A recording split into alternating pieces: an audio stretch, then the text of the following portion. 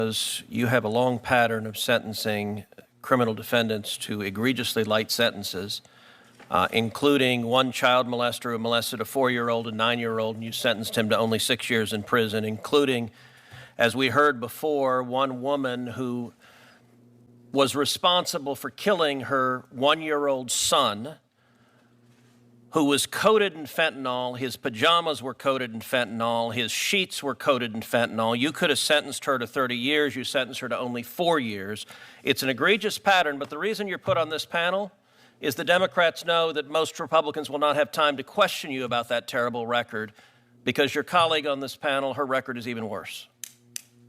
Ms. Campbell, I will say I have seen some astonishing nominees from this administration, but I have to admit your record takes the cake. A judge should not be a political activist.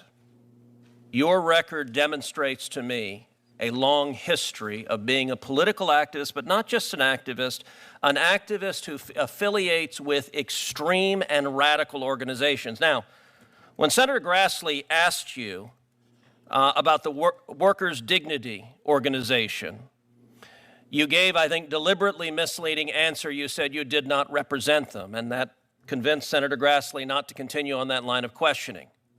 You have been a legal advisor to that organization since 2013. That is what you have publicly printed on your AVO biography. It is what has been described in the Tennessee Bar Association when you were nominated. It explicitly says she served as a legal advisor for local workers' rights, nonprofit Workers' Dignity. Now, why is it you're distancing yourself from them? The reason is because they are utterly radical. If you look at this group that you've served as the legal advisor for over a decade, this is an openly Marxist organization. This is a communist organization. Now, those words are not said lightly. According to their own characterization of their views, this group says there's no election outcome that improves conditions for workers. The laws of this country have never worked for our people, and now that the system is crumbling, we will continue to stand in community and solidarity with each other. The only way we win in a world we deserve is by building a multiracial working class revolution that can push out white nationalism, violent state racism, and the capitalist class that is desperately clutching to hold control and profits as the people rise up. Why have you spent a decade as a legal advisor to an openly communist and Marxist organization?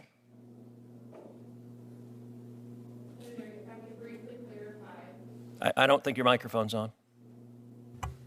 I apologize, Senator. If I could briefly clarify, more than a decade ago, probably for the course of 2 or 3 years, I served on an advisory board that helped this, at the time, was supposed to be a nonprofit workers' rights organization get set up and get started.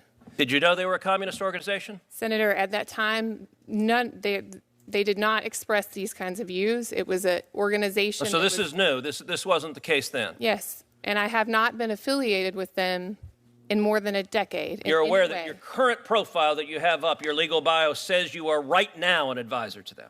I apologize for any confusion about that. So your testimony under oath, and that's all right, the facts will come out, but your testimony, I want to make it explicit. Your testimony under oath is that you have done absolutely nothing and had zero contact with them for how long? I have not served on their advisory board for... You've done absolutely nothing and had zero contact with them for how long? Please answer the question. Many, many years. Senator. How many? I don't know, sitting here today. It's been many years. Okay, if you look at other statements from this organization, because they are radicals. They are radicals. If you look also, this is the same group in 2020. They called for abolishing ICE, abolishing prisons and detention centers, and abolishing the police. Why did you volunteer for a communist organization that calls for abolishing ICE and abolishing the police? Senator, I have never seen these comments before. You didn't know who you were volunteering for? I was not a volunteer for them at that time. You were a legal advisor. Were you paid? No, I was not. Then you were a volunteer. If you volunteered to be a legal advisor, you were a volunteer. Why did you volunteer? Do you support abolishing ICE? Senator, at this time, I had... Do you support abolishing ICE? I do not, Senator. Well, it's amazing because a minute ago, you also told Senator Graham that the Tennessee Immigrant and Refugee Rights Coalition that has a manifesto calling for abolishing ICE, You said you had nothing to do with it, which is fairly astonishing because on page 3 of their manifesto, they thank you by name for what they say. We would like to thank the following individuals and organizations for their thoughtful feedback and input. This platform would not have been possible without their expertise. Are they lying?